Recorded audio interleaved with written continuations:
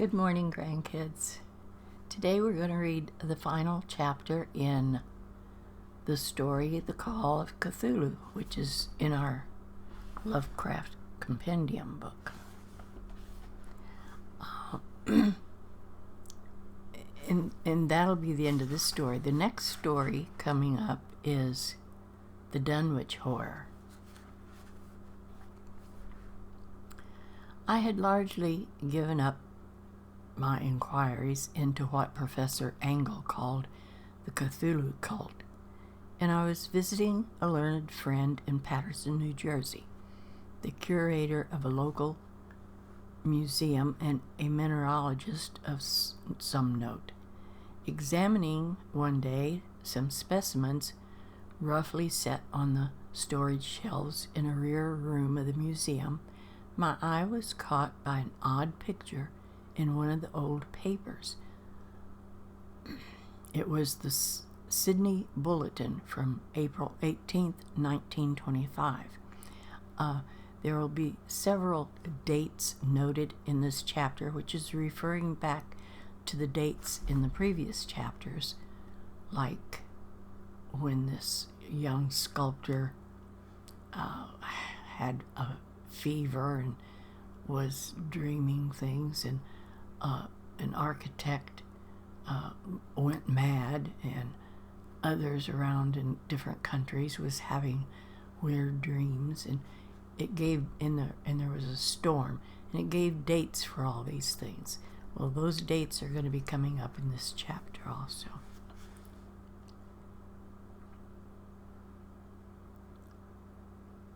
The picture was a half-tone cut of a hideous stone image, almost identical with that which Legrasse had found in the swamp. Eagerly, I scanned the item in detail and was disappointed to find that it was only of moderate length. What it suggested, however, was of a portentous significance to my flagging quest about the Cthulhu cult, and I carefully tore it out for immediate action. It read as follows: Mystery derelict found at sea. The vigilant arrives with a helpless armed New Zealand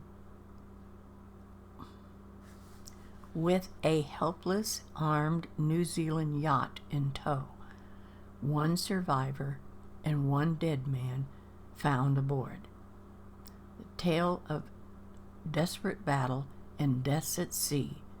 Rescued seaman refuses particulars of strange experience. Odd idol found in the possession. Inquiry as follows. And then it goes on to read.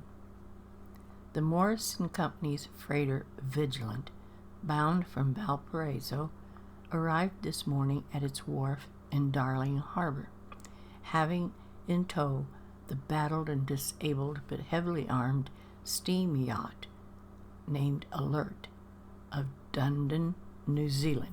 I don't know if that's how you pronounce that city's name in New Zealand, Dunedin or Dunedin. I'm going to call it Dunedin,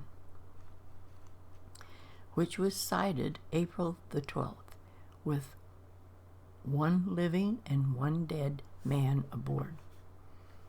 The Vigilant left Valparaiso March 25th, and on April 2nd was driven considerably south of her course by exceptionally heavy storms and monster waves.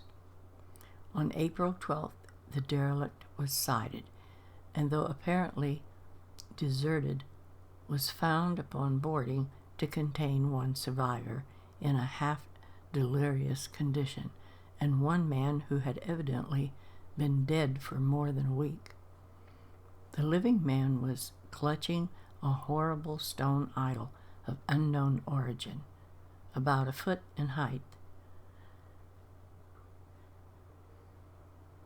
regarding whose nature authorities at Sydney University and the Royal Society and the museum in College Street all profess complete bafflement, and which the survivor says he found in the cabin of the yacht in a small carved shrine of common pattern. This man, after recovering his senses, told an exceedingly strange story of piracy and slaughter. His name is Gustav Johansen, a Norwegian of some intelligence, and had been second mate of the two-masted schooner named Emma of Auckland, which sailed for Callao February 20th with a complement of 11 men. The Emma, he says, was delayed and thrown widely south of her course by the great storm of March 1st. And on March 22nd, encountered the Alert, manned by a queer and evil-looking crew of Kanakas and half-castes, being ordered peremptorily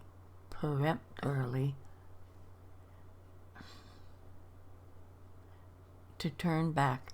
Captain Collins refused, whereupon the strange crew began to fire savagely and without warning upon the schooner, with a peculiarly heavy battery of brass cannon forming part of the yacht's equipment.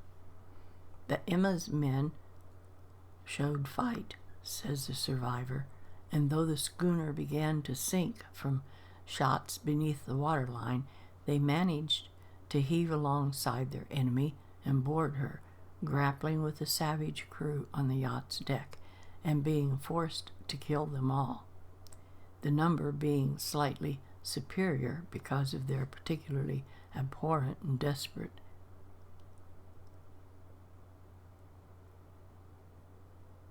though rather clumsy mode of fighting. 3 of the Emma's men, including Captain Collins and First Mate Green, were killed, and the remaining 8 under Second Mate Johansen's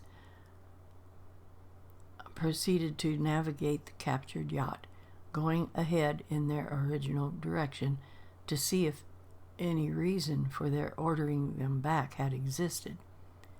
The next day, it appears, it landed on a small island, although none is known to exist in that part of the ocean, and 6 of the men somehow died ashore, though Johansen is oddly reticent about this part of his story and speaks only of their falling into a rock chasm.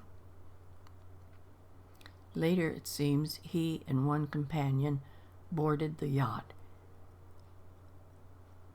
and tried to manage her, but were beaten about by the storm of April 2nd. From that time till his rescue on the 12th, the man remembered little, and he does not even recall when William Bryden, his companion, died. William's death reveals no apparent cause and was probably due to excitement or exposure. Do people die of excitement? Maybe if it's bad excitement, it causes a heart attack. I don't know.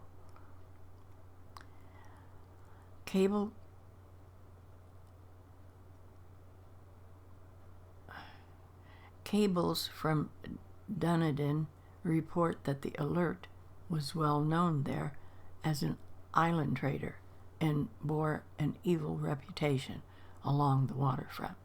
It was owned by a curious group of half-castes whose frequent meetings and night trips to the woods attracted a lot of curiosity, and it had set sail in great haste just after the storm and earth tremors of March 1st. Our Auckland correspondent gives the Emma and her crew an excellent reputation, and Johansen is described as a sober and worthy man.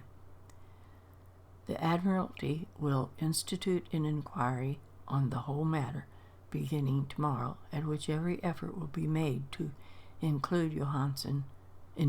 Johansen to speak more freely than he has done.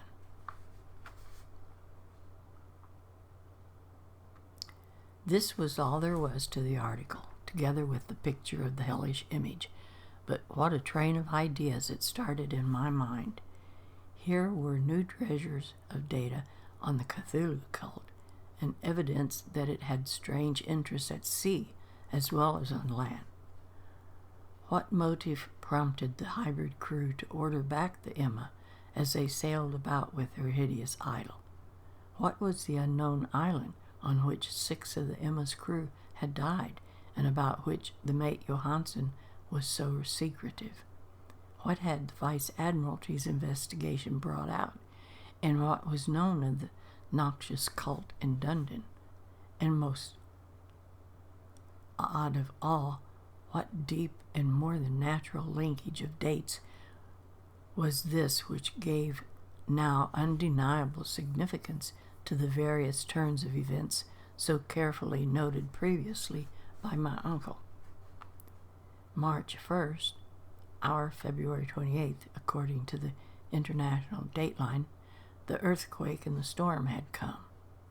From Dundon, the Alert and her noisome crew had darted eagerly forth as if imperiously summoned, and on the other side of the earth, poets and artists had begun to dream of strange, dank cyclopean city, whilst a young sculptor had molded in his sleep the form of the dreaded Cthulhu. March 23rd, the crew of the Emma landed on an unknown island and left 6 men dead.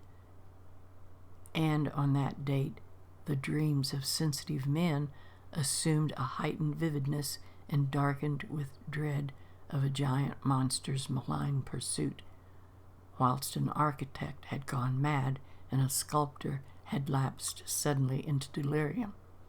And what of this storm of April 2nd, the date on which all dreams of the dank city had ceased? And Wilcox emerged unarmed from the bondage of his strange fever. What of all of this, and of those hints by old Castro about the sunken, star-born old ones in their coming reign, their faithful cult, and their mastery of dreams? Was I tottering on the brink of cosmic horrors beyond man's power to bear? If so, they must be horrors of the mind alone, for in some way April 2nd had put a stop to whatever monstrous menace had begun to siege its siege of mankind's soul. That evening, after a day of hurried cabling and arranging, I bade my host adieu and took a train for San Francisco. In less than a month I was in Dundee, where, however, I found that little was known of the strange cult members who had lingered in the old sea tavern waterfronts. Old sea taverns. The waterfront scum was far too common for special mention, though there was vague talk about one inland trip that these mongrels had made, during which faint drumming and red flames were noted on the distant hills. In Auckland, I learned that Johansen had returned with his yellow hair turned white after a perfunctory and inconclusive questioning at Sydney, and had thereafter sold his cottage in West Street and sailed with his wife to his old home in Oslo. Of his stirring experience, he would tell his friends no more than he had told the Admiralty officials, and all they could do was to give me his Oslo address. After that, I went to Sydney and talked profitlessly with seamen and members of the Vice Admiralty's court. I saw the Alert, now sold into commercial use, but gained nothing from its non-committal bulk.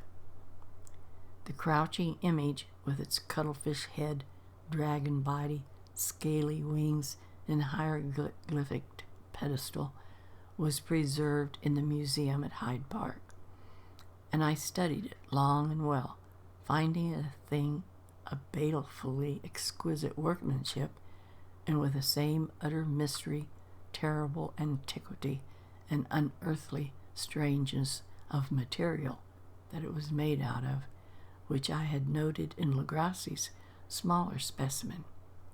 Geologist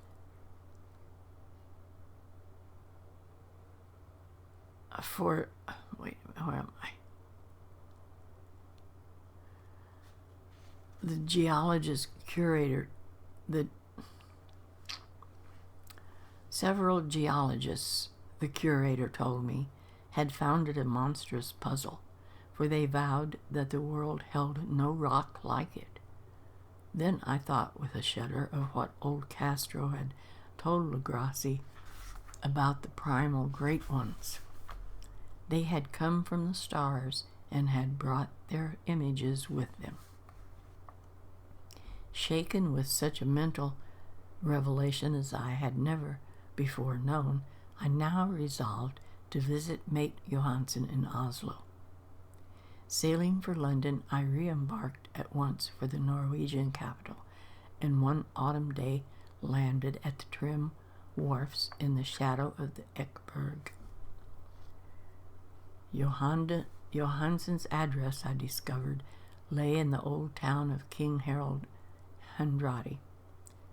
I made the brief trip by taxicab and knocked with a palpitant heart at the door of a neat and ancient building with a plastered front. With a palpitant heart. I've heard of a palpitating heart, but this is a palpitant heart. A sad-faced woman in black answered my summons, and I was stung with disappointment when she told me that, in halting English, that Gustav Johansen was no more. He had not survived his return, said his wife, for the doings at sea in 1925 had broken him. He had told her no more than he had told the public, but he had left a long manuscript written in English, evidently in order to safeguard her from the peril of casual perusal. During a walk through a narrow lane near Gothenburg dock, a bundle of papers falling from an attic window had knocked him down. 2 Lascar sailors at once helped him to his feet, but before the ambulance could reach him, he was dead. Physicians found no adequate cause for his end and laid it to heart trouble. Do you hear all that noise? That's people out in the hall. I now felt, gnawing at my vitals, that dark terror which will never leave me till I, too, am at rest, accidentally or otherwise. Persuading the widow that my connection with her husband's manuscript was sufficient to entitle me to have it, I bore the document away and began to read it on the London boat. It was a simple, rambling thing, a naive sailor's effort at an informational diary, and strove to recall day by day that last awful voyage. I cannot attempt to transcribe it verbatim in all its cloudiness and redundance, but I will tell its gist, enough to show why the sound of the water against the vessel's sides became so unendurable to me that I stopped my ears up with cotton. Johansen, thank God, did not know quite all, even though he saw the city and the thing. But I shall never sleep calmly again when I think of the horrors that lurk ceaselessly behind life in time and in space, and of those unhallowed blasphemies from elder stars which dream beneath the sea, known and favored by a nightmare cult, ready and eager to loose them on the world whenever another earthquake shall heave their monstrous stone city again up to the sun and the air. Johansen's voyage had begun just as he had told it to the Vice Admiralty. The Emma had cleared Auckland on February 20th and had felt the full force of that earthquake-born tempest, which must have heaved up from the sea bottom the horrors that filled men's dreams. Once more under control, the ship was making good progress when held up by the Alert on March 22nd, and I could feel the mate's regret as he wrote of her bombardment and sinking. Of the swarthy cult fiends on the Alert, he speaks with significant horror. There is some peculiarly abominable quality about them which made their destruction seem almost a duty, and Johansen shows wonder at the charge of ruthlessness brought against his party during the proceedings of the court inquiry. It's strange that in the court inquiry that they would have called his killing of those men ruthless, when those other men were the ones that were ruthless and demonic.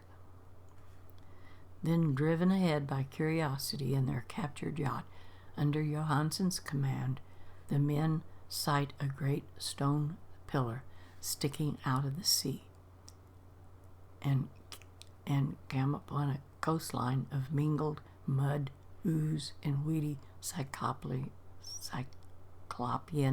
masonry, which can be nothing less than the tangible substance of Earth's supreme terror, the nightmare corpse city of Relea, that was built in measureless eons behind history by the vast, loathsome shapes that seeped down from the dark stars. There lay great Cthulhu and his hordes, hidden in green, slimy vaults, and sending out at last, after cyclics incalculable, the thoughts that spread fear to the dreams of the sensitive and called imperiously to the faithful to come on a pilgrimage of liberation and restoration. All this Johansen did not suspect, but God knows he soon saw enough. I suppose that only a single mountaintop, the hideous monolith-crowned citadel whereon great Cthulhu is buried, actually emerged from the waters. When I think of the extent of all that may be brooding down there, I almost wish to just kill myself. Johansen and his men were awed by the cosmic majesty of this dripping Babylon of elder demons, and must have guessed without guidance that it was nothing of this or of any sane planet. Awe at the unbelievable size of the greenish stone blocks, at the dizzying height of the great carven monolith, and at the stupefying identity of the colossal statues and clay reliefs with the queer image found in the shrine on the Alert, is poignantly visible in every line of the mate's frightened description. Without knowing what futurism is like, Johansen achieved something very close to it when he spoke of the city, for instead of describing any definite structure or building, he dwells on broad impressions of vast angles and stone surfaces too great and large to belong to anything right or proper for this earth, and impious, horrible images and hieroglyphs. I mention his talk about angles because it suggests something that young Wilcox had told me of his awful dreams. He had said that the geometry of the dream place he saw was abnormal and loathsomely redolent of spheres and dimensions apart from ours. Now an unlettered seaman felt the same thing while gazing at the terrible reality.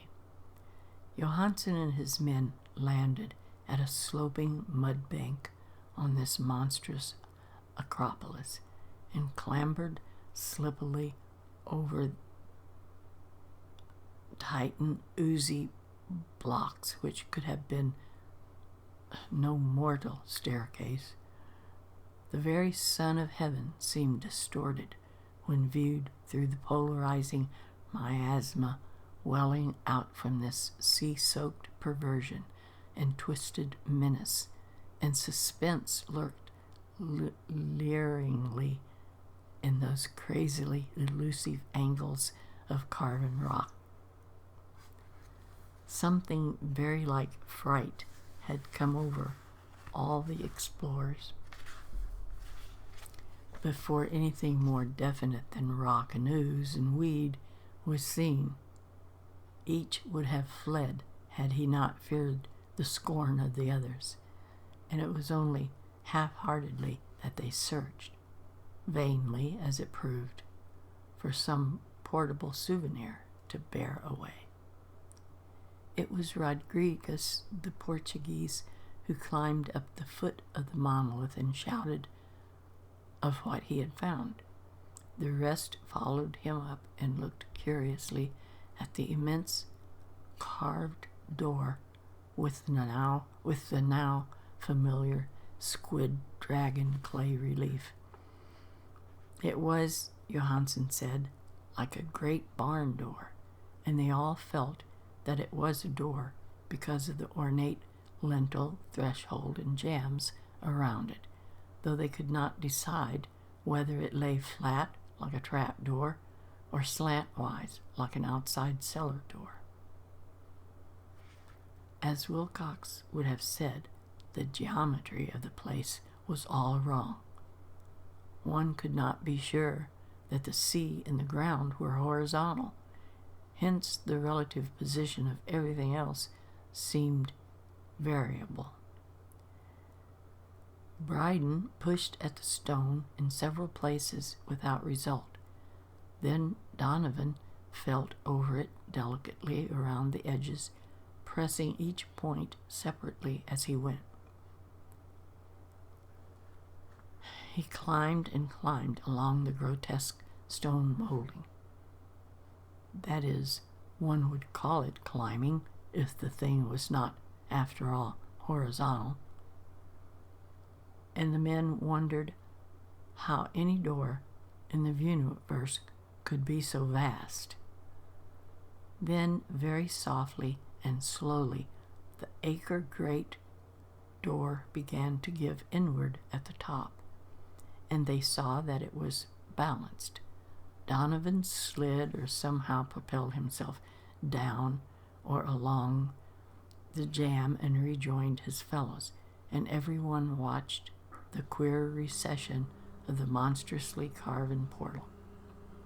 In this fantasy of prismatic distortion, it moved anomalously in a diagonal way, so that all the rules of matter and perspective seemed upset.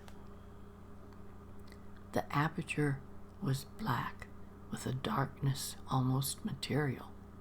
It obscured such parts of the inner walls as ought to have been revealed, and actually the dark burst forth like smoke from its eon-long imprisonment, visibly darkening the sun as it slunk away into the shrunken sky.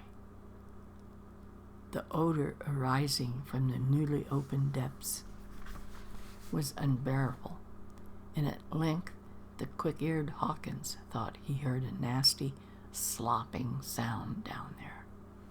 Everyone listened, and everyone was listening still when it lumbered slobberingly into sight and gropingly squeezed its gelatinous green immensity through the black doorway into the tainted outside air of that poisoned city of madness. Poor Johansen's handwriting almost gave out when he wrote of this. Of the 6 men who never got back to the ship. He thinks 2 perished of pure fright at that accursed instant. The thing cannot be described. There is no language for such contradictions of all matter, force, and cosmic order. A mountain walked or stumbled. Gods, what wonder that across the earth a great architect went mad and poor Wilcox raved with fever in that telepathic instant. The thing of the idols, the green, sticky spawn of the stars, had awaked to claim his own.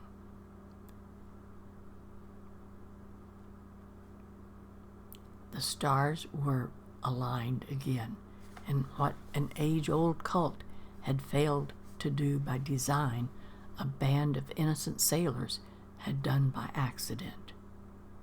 Great Cthulhu was loose again and ravening for delight. 3 men were swept up by the flabby claws before anybody could turn and get them. God rest them if there be any rest in the universe. They were Donovan, Guerrera, and Angstrom. Parker slipped as the other 3 were plunging frenziedly over endless vistas of green-crusted rock to the boat, and Johansen swears he was swallowed up by an angle of masonry which shouldn't have been there. So only Bryden, and Johansen reached the boat and pulled desperately for the ship, the Alert, as the mountainous monstrosity flopped down the slimy stones and hesitated, floundering at the edge of the water. It was the work of only a few moments of feverish rushing up and down between wheel and engine to get the Alert underway. Slowly, amidst the distorted horrors of that indescribable scene, she began to churn the lethal waters, while on the masonry of that shore that was not earth, the huge thing from the stars slavered and gibbered.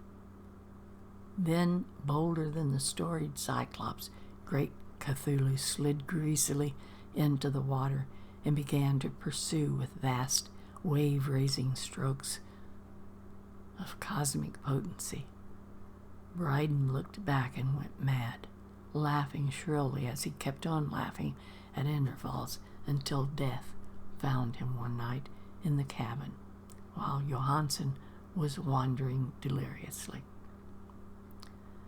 But Johansen had not given out yet, knowing that the thing could surely overtake the Alert before the ship's steam was fully up. He resolved on a desperate chance, and setting the engine for full speed, ran lightning-like on deck and reversed the wheel. There was a mighty eddying and foaming in the noisome brine, and as the steam mounted higher and higher, the brave Norwegian drove his vessel head-on against the pursuing jelly, which rose above the unclean froth like the stern of a demon galleon. The awful squid head with wreathing feelers came nearly up to the bowsprit of the sturdy yacht, but Johansen drove on relentlessly. There was a bursting as of an exploding bladder, a slushy nastiness as of a cloven sunfish, a stench as of 1,000 open graves, and a sound that the chronicler would not put on paper. For an instant, the ship was befouled by an acrid and blinding green cloud, and then there was only a venomous seething astern, where, God in heaven, the scattered plasticity of that nameless sky spawn was nebulously recombining in its hateful original form. Whilst its distance had widened, every second as the alert gained impetus from its mounting steam. So he seems to have destroyed it with the ship, and all of its bits and pieces are recombining back into what it was. That was all. After that, Johansen only brooded over the idol in the cabin and attended to a few matters of food for himself and the laughing maniac by his side, who is now dead. He did not try to navigate after the first bold flight, for the reaction had taken something out of his soul. Then came the storm of April 2nd, and a gathering of the clouds about his consciousness. There is a sense of spectral whirling through liquid gulfs of infinity, of dizzying rules, rides through reeling universes on a comet's tail, and of hysterical plunges from the pit to the moon and from the moon back into the pit, all livened by a chorus of distorted, hilarious elder gods. That's what Johansen is going through right now, in sort of a delirium, after supposedly destroying Cthulhu and it starting to recombine. Out of that dream came rescue, the vigilant Vice Admiralty Court and the streets of Dundee, and the long voyage back home to the old house by the Eggbird. He could not tell. They would think him mad. He would write of what he knew before death came. But his wife must not guess. Death would be a boon if only it could blot out the memories. That was the end of the document that I read, and now I have placed it in the tin box beside the clay relief and the papers of Professor Engel. With it shall go this record of mine, this test of my own sanity, wherein is pieced together that which I hope may never be pieced together again. I have looked upon all that the universe has to hold of horror, and even the skies of spring and flowers of summer must ever afterward be poison to me. But I do not think that my life will be long. As my uncle went, as poor Johansen went, so I shall go. I know too much, and the cult still lives. Cthulhu still lives too. I suppose, again, in that chasm of stone which has shielded him since the sun was young. His accursed city is sunken once more, for the vigilant sailed over the spot after the April storm, and his cult ministers on earth still bellow and prance and slay around idol-capped monoliths in lonely places. He must have been trapped by the sinking waltz within his black abyss, or else the world would by now be screaming with fright and frenzy. Who knows the end? What has risen may sink, and what has sunk may rise again.